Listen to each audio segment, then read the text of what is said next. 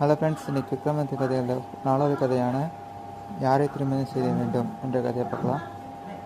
லட்சுமணசாமி என்ற பிராமணன் தான் அவருக்கு மச்சலி என்ற நகரத்தில் வாழ்ந்தான். அவனுக்கு ஒரு அழகான பெண் இருந்தால் அந்த பெண்ணை அவர் நிலவரையில் பார்த்து பத்திரமா பார்த்து கொண்டான்.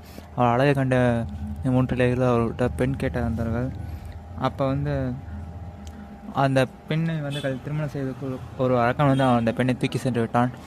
இந்த 3 இளைஞர்களும் முதல் இளைஞர் தன்னோட ஞான கண்ணால் இந்த பெண் எங்கே இருக்கான்னு சொல்லி கண்டுபிடித்தா.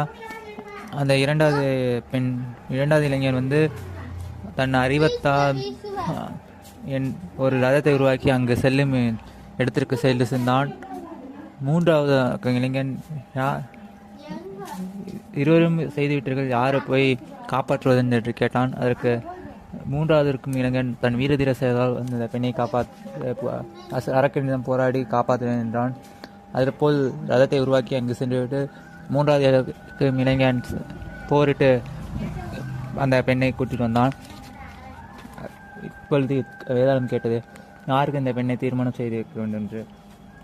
அப்பொழுது ஞான பார்வையும் விமானம் தயாரிப்பதும் அவ்வளோ முக்கியமானது அல்ல.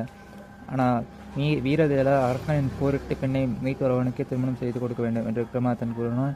உடனே வேதாளம் கட்டி இந்த உடம்பை அழுத்து விட்டு முருங்கை மரத்துக்கு மீண்டும் ஏறிக்கொண்டது. விக்ரமாதித்தன் அதை தொடர்ந்து போய் கொடுத்தான். மீண்டும் வேதாளம் கதை சொல்ல ஆரம்பித்தது. தொடரும். தேங்க்ஸ் ஃபார் வாட்சிங்.